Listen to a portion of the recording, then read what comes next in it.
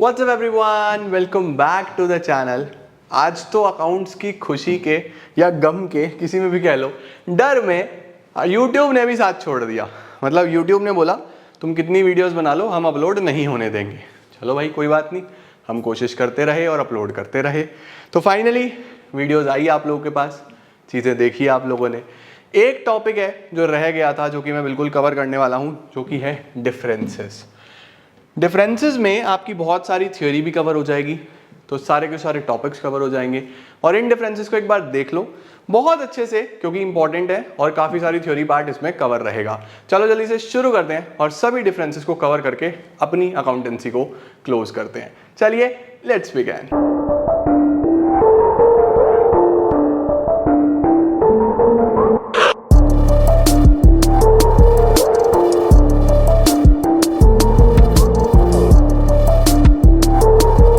तो शुरू करते हैं गाइस। सबसे पहला डिफरेंस जो कि है पार्टनरशिप और एलएलपी में क्या फर्क होता है। तो देखो, पार्टनरशिप एक जनरल पार्टनरशिप होती है और एलएलपी लिमिटेड लाइबिलिटी पार्टनरशिप होती है। इसके अंदर सभी पार्टनर्स की जो लाइबिलिटी है वो अनलिमिटेड रहती है, इसके अंदर लिमिटेड रहती है। ध्यान से देखो, एक्ट कौन सा चलता है इसमें, इंडियन पार्टनरशिप एक्ट, इसमें एलएलपी एक्ट 2008, याद रखना। इसके अंदर पार्टनरशिप में जो रजिस्ट्रेशन है वो ऑप्शनल है, इसके अंदर कंपलसरी है, इसके अंदर रजिस्ट्रेशन कंपलसरी है, याद रहे। This is created by an agreement, partnership एक एग्रीमेंट से बनती है, ये लॉ के द्वारा बनाई जाती है। ये बॉडी कॉर्पोरेट इसमें पार्टनर नहीं हो सकता, इसके अंदर बॉडी कॉर्पोरेट पार्टनर हो सकता है। इसकी कोई सेपरेट लीगल एंटिटी नहीं है, इसकी सेपरेट लीगल एंटिटी होती है। इसके बाद बच्चों सबसे इंपॉर्टेंट, पार्टनरशिप में परपीचुअल सक्सेशन नहीं होता, एलएलपी में परपीचुअल सक्सेशन होता है। मतलब कोई भी आए जाए, पार्टनरशिप एलएलपी को कोई फर्क नहीं पड़ता, यहाँ पे पार्टनरशिप बंद हो जाता है, आपको पता है। मिनिमम और मैक्सिमम नंबर ऑफ पार्टनर इसमें 2 से 50, इसमें 2 से अनलिमिटेड, याद रखना, 2 से 50, 2 से unlimited, very important. Firm can not own any asset, इसके अंदर फर्म का कोई एसेट नहीं होता, पार्टनर्स का होता है। एलएलपी अपनी एंटिटी है, वो अपने एसेट्स ओन कर सकती है। लाइबिलिटी इसमें अनलिमिटेड, उसमें कॉन्ट्रीब्यूशन जितना इतना करा होता है उतनी उतनी होती है, ठीक है। Then we have a difference P&L और P&L appropriation account. P&L account कौन सा होता है, जो ट्रेडिंग के बाद बनता है, जीपी से शुरू होता है। P&L एप्रोप्रिएशन P&L के बाद बनता है, नेट प्रॉफिट से शुरू होता है। इसके बाद ऑब्जेक्टिव क्या होता है, इसका होता है प्रॉफिट एंड लॉस निकालना, इसका होता है प्रॉफिट एंड लॉस डिस्ट्रीब्यूट करना, ऑब्जेक्टिव याद रखना, ठीक है। ओपनिंग क्लोजिंग बैलेंस, इसका कोई ओपनिंग क्लोजिंग नहीं होता, इसका ओपनिंग क्लोजिंग होता है, ठीक है। चार्ज और एप्रोप्रिएशन, P&L में जितने भी खर्चे आते हैं वो सब चार्ज वाले होते हैं, इधर सारे के सारे एप्रोप्रिएशन वाले होते हैं। एग्रीमेंट, ये किसी एग्रीमेंट के आधार पे नहीं बनता, वो बनता ही एग्रीमेंट के आधार पे है, ठीक है। ये इंपॉर्टेंट है। मैचिंग प्रिंसिपल, P&L में मैचिंग प्रिंसिपल फॉलो करा जाता है, यहाँ पे कोई मैचिंग प्रिंसिपल फॉलो नहीं होता, क्योंकि वहां पे तो सिर्फ डिस्ट्रीब्यूशन हो रहा है। Next is charge against profits and appropriation out of profits. Charge against profits की बात करें तो वो खर्चे जो प्रॉफिट में से माइनस करने ही पड़ेंगे प्रॉफिट कैलकुलेट करने से पहले, और वहां पे एप्रोप्रिएशन होते हैं जो प्रॉफिट का डिस्ट्रीब्यूशन है, बस कि किस तरीके से प्रॉफिट बांटा जा रहा है, उसको हम एप्रोप्रिएशन बोलते हैं। Charge debited to P&L account और एप्रोप्रिएशन वाले debited to P&L appropriation account. Charge वाला आइटम्स लिखनी कंपलसरी होती हैं और एप्रोप्रिएशन वाली कंपलसरी नहीं होती, सिर्फ तभी करनी है अगर प्रॉफिट हो, यहाँ पे करनी पड़ेगी प्रॉफिट हो या लॉस हो। For example interest on loan, rent, उसका interest on capital, partner salary, ETC। Next is fix capital, fluctuating capital. Fix capital कौन से होते हैं हमारे पास, ध्यान से देखो, यहां से सवाल बन सकता है। When the capitals are fixed, balance in capital account usually remain unchanged. जो बैलेंस है कैपिटल का वो चेंज नहीं होता। जब फ्लक्चुएटिंग होते हैं तो बैलेंस चेंज होता रहता है बार बार, ठीक है।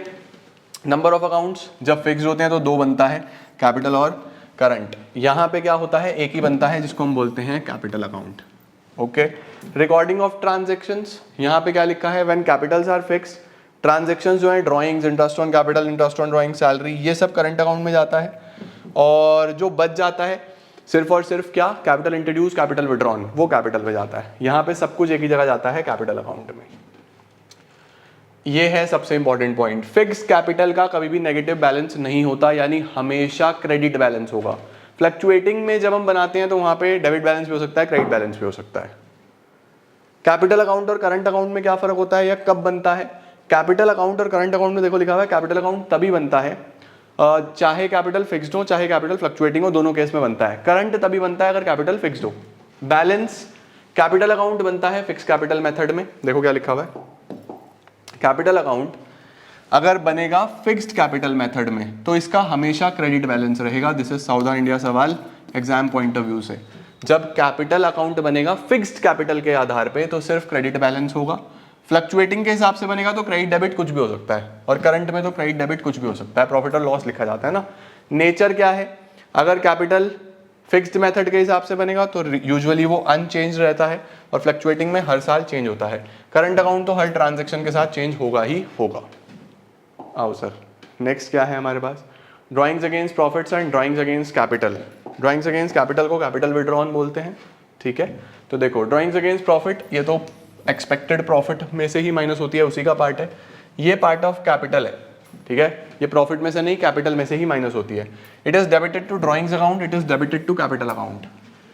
ये एक नंबर में आ सकता है कि ड्राइंग्स जो है वो कहाँ डेबिट होती है और ड्राइंग्स अगेंस्ट कैपिटल कहाँ डेबिट होता है। ये कैपिटल को रिड्यूस नहीं करती क्योंकि प्रॉफिट में से होता है, ये कैपिटल को रिड्यूस करता है। इंटरेस्ट ऑन ड्राइंग्स इस पे दी जाती है, इस पे नहीं दी जाती। इसके बाद interest on capital, it is not considered while calculating interest on capital. ये कंसिडर करा जाता है while calculating interest on capital. Important point, ये कंसिडर करा जाएगा, ये कंसिडर नहीं करा जाएगा। नेक्स्ट क्या है, एवरेज प्रॉफिट और सुपर प्रॉफिट में क्या फर्क होता है आपको पता है। एवरेज प्रॉफिट सिंपल एवरेज होता है पिछले कुछ सालों का। सुपर प्रॉफिट क्या होता है, एवरेज आपने कितना एक्स्ट्रा कमाया है नॉर्मल से, तो ये एवरेज होता है। This is the excess of average over normal. Normal rate of return यहाँ पे कंसिडर नहीं करा जाता, नॉट कंसिडर्ड, यहाँ पे कंसिडर करा जाता है। एवरेज कैपिटल एम्प्लॉयड, यहाँ पे कोई एवरेज कैपिटल एम्प्लॉयड नहीं है, वहाँ पे हम लोग यूज करते हैं। उसके बाद relevant for valuation of goodwill, ये चाहिए होता है, और वहाँ पे सुपर प्रॉफिट भी जरूरी होता है, मतलब ये एवरेज प्रॉफिट मेथड में। और देखो क्या लिखा हुआ है, under all the three methods, ये तो तीनों में चाहिए भाई, एवरेज प्रॉफिट में भी, सुपर प्रॉफिट में भी, कैपिटलाइजेशन में भी। वो सिर्फ सुपर प्रॉफिट मेथड में चाहिए, ठीक है। इसके बाद सैक्रिफाइसिंग रेशो, गेनिंग रेशो में क्या फर्क होता है आप जानते हो। एक तो फॉर्मूला का फर्क है, ओल्ड माइनस न्यू, ये न्यू माइनस ओल्ड। सेक्रीफाइस कब होती है, एडमिशन के टाइम पे वो होता है, रिटायरमेंट या डेथ के टाइम पे। रेशो आपको पता होना चाहिए, ठीक है। डिसोल्यूशन ऑफ पार्टनरशिप और डिसोल्यूशन ऑफ पार्टनरशिप फर्म में क्या फर्क होता है, सिर्फ एग्रीमेंट खत्म होना, डिसोल्यूशन ऑफ पार्टनरशिप दुकान ही बंद होना, dissolution of firm. Continence of business, यहाँ पे बिजनेस चलता रहता है, सिर्फ एग्रीमेंट नया बनता है, वहाँ पे बिजनेस बंद हो जाता है। इकोनॉमिक रिलेशंस, जो इकोनॉमिक रिलेशंस है पार्टनर्स के बीच में, वो नए फॉर्म में होते हैं, चेंज्ड फॉर्म में, वहाँ पे इकोनॉमिक रिलेशंस खत्म हो जाते हैं। Books of accounts needs to be close, यहाँ पे बुक्स ऑफ अकाउंट्स क्लोज हो जाती हैं और वहाँ पे करनी ही पड़ेंगी, have to be closed. Settlement कैसी होती है, यहाँ पे सेटलमेंट सिर्फ और सिर्फ रीवैल्यूएशन बनता है, वहाँ पे तो सब एसेट्स बिक जाएंगे, लाइबिलिटीज का पेमेंट होगा। इम्पैक्ट क्या है, dissolution doesn't necessarily means dissolution of the firm. अगर एग्रीमेंट हो रहा है तो खत्म हो रहा है, इसका मतलब ये नहीं है कि फर्म ही बंद हो गई, लेकिन फर्म बंद होगी तो उसका हमेशा मतलब है कि एग्रीमेंट खत्म होगा, ठीक है। इसके अंदर कोई इंटरवेंशन नहीं होता कोर्ट में, उसमें इंटरवेंशन हो सकता है और शायद ना भी हो। लास्ट आता है फर्म के कर्जे और प्राइवेट कर्जे। फर्म का डेट कौन सा होता है, जो डेट फर्म ने बाहर वालों को देना है। प्राइवेट होता है जो पार्टनर ने अपनी पर्सनल कैपेसिटी में पे करना है। हु इज लायबल, इसके लिए सभी पार्टनर्स मिलजुल के लायबल होते हैं, उसके लिए जिस पार्टनर का है वो लायबल होता है। इसके बाद फर्म की प्रॉपर्टी लगती है इसके अंदर, उसके अंदर पार्टनर का शेयर लगेगा बस, ठीक है। बस इसके बाद तो ऐसा कुछ खास नहीं लिखा हुआ इसके अंदर। ये हमारे पार्टनरशिप के डिफरेंसेस थे। अब मैं आपको लेके चलता हूँ शेयर कैपिटल और एनालिसिस के डिफरेंसेस की तरफ। गाइस अब कुछ छोटे छोटे पॉइंट्स हैं जो आपको यहाँ कवर करने हैं। सबसे पहले कंपनी की बैलेंस शीट में और फर्म की बैलेंस शीट में क्या फर्क होता है, तो देखो फॉर्मेट और कंटेंट। कंपनी की बैलेंस शीट का पार्ट 1 शेड्यूल 3 कंपनीज एक्ट में गिवन होता है।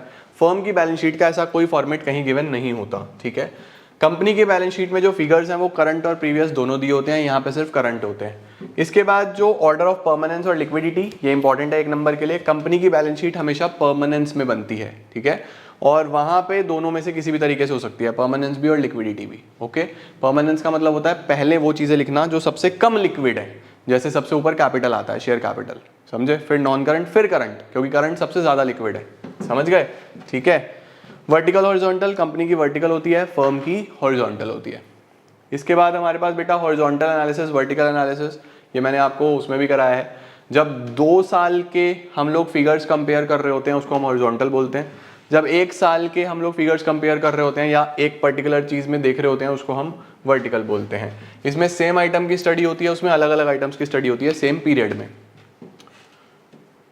इसके बाद इन्फॉर्मेशन, ये इन्फॉर्मेशन एब्सोल्यूट परसेंटेज फॉर्म दोनों में देता है, वो सिर्फ परसेंटेज फॉर्म में देता है। इसको टाइम सीरीज बोलते हैं, उसको क्रॉस सेक्शनल बोलते हैं, ठीक है। इसका एग्जांपल कंपैरेटिव, उसका एग्जांपल कॉमन साइज और रेशियोज। नेक्स्ट आता है करंट रेशो, क्विक रेशो में क्या फर्क होता है, जल्दी से देखो। करंट रेशो का फॉर्मूला CACL, क्विक रेशो का liquid acids upon CL। Ideal ratio याद रखना 2:1, 1:1, एक नंबर में आ सकता है, इंपॉर्टेंट है। 2:1, 1:1, ओके। इसके बाद ये ट्रू मेजरमेंट नहीं देता, वो ट्रू मेजरमेंट देता है। नेक्स्ट इज नेट प्रॉफिट में और कैश फ्रॉम ऑपरेशंस में क्या फर्क होता है। नेट प्रॉफिट का मतलब होता है कितना नेट रिजल्ट आया, वो बताता है कि टोटल कैश कितना आया ऑपरेटिंग एक्टिविटीज से, ठीक है। Non cash operating items, it is calculated after taking into account effect of non cash. इसमें नॉन कैश ट्रांजेक्शन्स भी आ जाती हैं, उसमें कोई भी नॉन कैश ट्रांजेक्शन्स नहीं आती।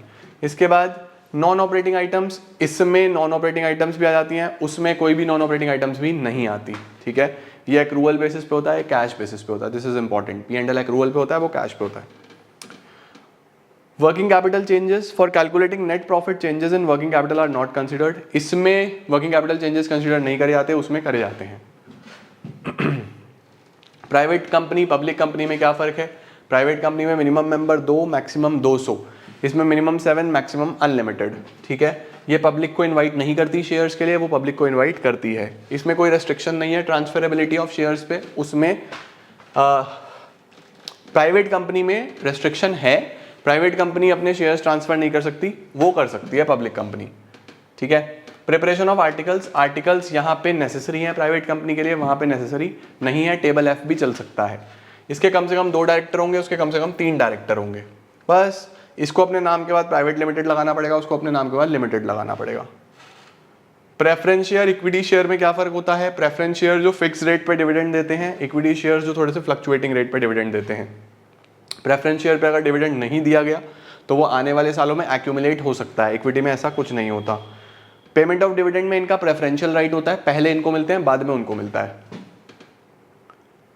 पेमेंट ऑफ कैपिटल में भी पहले प्रेफरेंस को, बाद में इक्विटी को। वोटिंग राइट्स प्रेफरेंस को नहीं होती, इक्विटी को वोटिंग राइट्स होती हैं, ठीक है। उसके बाद ये मैनेजमेंट में पार्टिसिपेट नहीं करते, क्योंकि उनको वोटिंग राइट्स है तो वो मैनेजमेंट में पार्टिसिपेट करते हैं।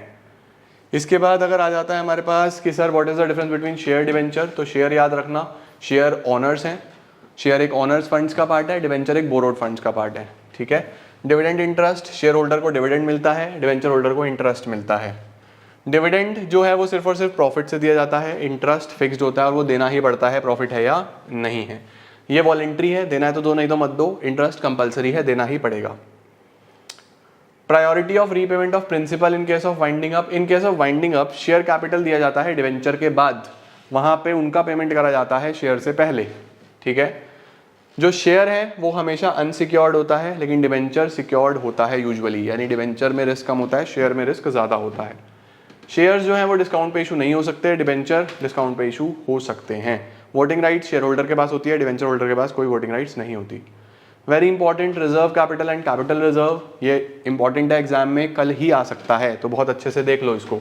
रिजर्व कैपिटल कौन सा है, that portion of increase nominal capital और uncalled capital which shall not be called except in the event of winding up. Winding up से पहले शायद ये कॉल ही ना करा जाए, कंपनी मांगती नहीं है इस पैसे को, इसको बोलते हैं रिजर्व कैपिटल। याद रखना, अनलिमिटेड कंपनी ही इसको बना सकती है, ठीक है, लिमिटेड कंपनीज नहीं बना सकती। कैपिटल रिजर्व क्या है, जो कैपिटल प्रॉफिट में से बनाया जाता है, जैसे profit on sale of asset, profit on revaluation of fixed asset, premium on issue of shares and debentures. और ये जो प्रॉफिट्स हैं ये नॉर्मल बिजनेस में कमाए नहीं जाते। तो रिजर्व कैपिटल वो कैपिटल जो रिजर्व कर लिया गया तब तक नहीं मांगा जाएगा जब तक वाइंड अप की बारी ना आ जाए, और कैपिटल रिजर्व जो कैपिटल प्रॉफिट में से बनाया जाएगा। Necessity, it is not necessary to create reserve capital, और कैपिटल रिजर्व तो बनाते ही हैं अगर कैपिटल प्रॉफिट होगा, इसमें कोई रेजोल्यूशन नहीं चाहिए। Resolution is required for its creation, और वहां पे ऐसा कोई रेजोल्यूशन नहीं चाहिए। अगर कैपिटल रिजर्व बनाना है तो नॉर्मली बनता है, बट रिजर्व कैपिटल बनाना है तो आपको एक रेजोल्यूशन पास करना पड़ेगा, ठीक है। ये वो पैसा है which has not been received, और वो पैसा है जो हमें मिल चुका है। भाई पैसा आया तभी तो रिजर्व बनाया, ये वो है जो भी मांगा ही नहीं है, ओके। ये बैलेंस शीट में नहीं आता, वो बैलेंस शीट में दिखाया जाता है रिजर्व्स एंड सरप्लस में। कब इसको यूज कर सकते हैं, ये वाइंडिंग अप के टाइम पे, और वो कैपिटल लॉसेस वगैरह राइट ऑफ करने के लिए। उसके बाद ये आता है हमारे पास लास्ट डिफरेंस, इशूड कैपिटल और ऑथोराइज कैपिटल में क्या फर्क होता है। मैक्सिमम अमाउंट जो कंपनी ऑथोराइज्ड है इशू करने के लिए उसको हम ऑथोराइज कैपिटल बोलते हैं। इशूड होता है ऑथोराइज्ड का वो पार्ट जो पब्लिक को ऑफर करा गया है। उसके बाद डिस्क्लोजर ये एमओए में होता है, ये एओए में होता है। ओके, उसके बाद ये इक्वल टू और मोर देन इशूड हो सकता है, इशूड के बराबर या उससे ज़्यादा भी हो सकता है। ये इक्वल टू और लेस देन ऑथोराइज हो सकता है, या बराबर या उससे कम हो सकता है, इसको ध्यान रखना। ठीक है जी, तो ये थे गाइज हमारे पास कुछ डिफरेंसेस। अब मैं आपको कुछ छोटी छोटी चीज़ें बता दूं जो आपसे और पूछी जा सकती हैं। तो ये बेटा जी कुछ छोटे छोटे पॉइंटर्स होने हैं जिस पे ध्यान दे दो, जो मिस नहीं होने चाहिए। सबसे पहले 1% कंपनी कौन सी कंपनी होगी? ओपीसी, जो एक ही इंसान बना देगा, जिसका पेड अप कैपिटल 50 लाख से ज़्यादा नहीं होना चाहिए, एंड जिसका एनुअल टर्नओवर पिछले 3 साल का अगर एवरेज करो वो 2 करोड़ से ऊपर नहीं जाना चाहिए, उसी को हम ओपीसी बोल सकते हैं। 1 मार्कर के लिए इंपॉर्टेंट है, ओपीसी में 50 लाख और 2 करोड़ याद रखना। इसके बाद बच्चों डिफाइन करने के लिए कॉल्ड अप कैपिटल वो पैसा जो कंपनी कॉल करती है, और पेड अप कैपिटल वो पैसा जो शेयर होल्डर एक्चुअल में पे करता है। ठीक है, जब जनता को शेयर्स दिए जाते हैं तो उसमें याद रखना, जब जनता को ऑफर करे जाएंगे शेयर्स, तो जैसे तोड़ तोड़ के लेती है ना company, application, allotment, first call, तो 12 महीने के अंदर अंदर सारा पैसा मिल जाना चाहिए, 12 महीने के अंदर अंदर। दूसरा, 1 महीने का टाइम देना है बिटवीन 2 कॉल्स, 2 कॉल्स के बीच में 1 महीने का टाइम होना चाहिए। तीसरी बात, हर शेयर होल्डर को 14 दिन का कम से कम नोटिस मिलना चाहिए कॉल के टाइम पे कि आपको इतने में पे करना है। ओके, एक सवाल आ सकता है कि सिक्योरिटी प्रीमियम को आप कहाँ कहाँ पे यूज कर सकते हो, what are the uses of security premium reserve. तो सिक्योरिटी प्रीमियम कहाँ कहाँ यूज हो सकता है? प्रिलिमिनरी एक्सपेंसेस को राइट ऑफ करने के लिए, बोनस शेयर्स को इशू करने के लिए, premium payable on redemption of preference shares या redemption of debenture, and for buy back of on shares. तो यहाँ पे आप सिक्योरिटी प्रीमियम को यूज कर सकते हो, ये याद रखना। दिस इज साउदर्न इंडिया सवाल, मिस मत करना इसको। ओके, टेबल एफ में 2 इंटरेस्ट के बारे में बात करी गई है। कॉल्स इन एरियर्स पे 10% इंटरेस्ट पे करना पड़ता है, कॉल्स इन एडवांस पे 12%, ये याद रहे। कूपन रेट किसको बोलते हैं बच्चों? कूपन रेट हम लोग बोलते हैं जो इंटरेस्ट डिबेंचर पे दिया जाता है उसको कूपन रेट बोलते हैं, इंटरेस्ट को ही कूपन रेट बोलते हैं। परपीचुअल डिबेंचर्स कौन से होते हैं? परपीचुअल डिबेंचर्स होते हैं जो इररिडीमेबल डिबेंचर्स होते हैं, जो ड्यूरिंग द लाइफ टाइम पे नहीं होते, उनको हम परपीचुअल डिबेंचर्स बोलते हैं। और एक साउदर्न इंडिया सवाल ये है, आ सकता है, what is the issue of debenture as a collateral security, इसको भी मिस आउट मत करना। पूरा अच्छे से डिफाइन करना है कि जब भी प्राइमरी सिक्योरिटी के बाद भी कोई इंडिविजुअल या कोई कंपनी ऑफर करती है डिबेंचर्स, कंपनी, इंडिविजुअल नहीं, कंपनी ऑफर करती है debenture as a security, as a collateral, उसको हम issue of debentures as a collateral security बोलते हैं। इसके बाद इसका एक्सट्रैक्ट बना के दिखा देना, बैलेंस शीट का काम हो जाएगा। तो ये थे गाइस डिफरेंसेस, थ्योरी वाला पोर्शन। मैंने थ्योरी की टोटल 3 वीडियोस अपलोड कर दी हैं इसको मिला के, तो उसको अच्छे से एक बार देख लेना सुबह एग्जाम से पहले, क्योंकि मुझे पता है तुम लोग यार रात को लेट नाइट देखोगे या इसको अर्ली मॉर्निंग देखोगे, तो अच्छे से देख लेना। और पेपर अच्छा होगा, स्ट्रेस फ्री रहना, पेपर अच्छा होगा, पेपर बहुत मॉडरेट आने वाला है और everything will be fine, everything will be good. तुम लोग मुझे इसी वीडियो के कमेंट्स में आके बताना कि पेपर कैसा हुआ। Thank you so much everyone, I hope हमारी जर्नी बहुत अच्छी रही है, और accountancy, economics, business studies, physical, entrepreneurship, जितना भी मैं करा पाया मैंने अपना बेस्ट दिया, एंड आप लोगों ने भी अपना बेस्ट दिया होगा। इसके बाद हम बस रिजल्ट्स का वेट करेंगे, और you have a long way to go, बहुत लंबी जर्नी है, बहुत लंबा सफ़र अभी तुम्हें तय करना है। तो माय बेस्ट विशेस, और बहुत सारी मुझे तुमसे उम्मीदें हैं कि तुम बहुत अच्छा करोगे और लाइफ में बहुत ग्रो करोगे। ऑल द बेस्ट बच्चे।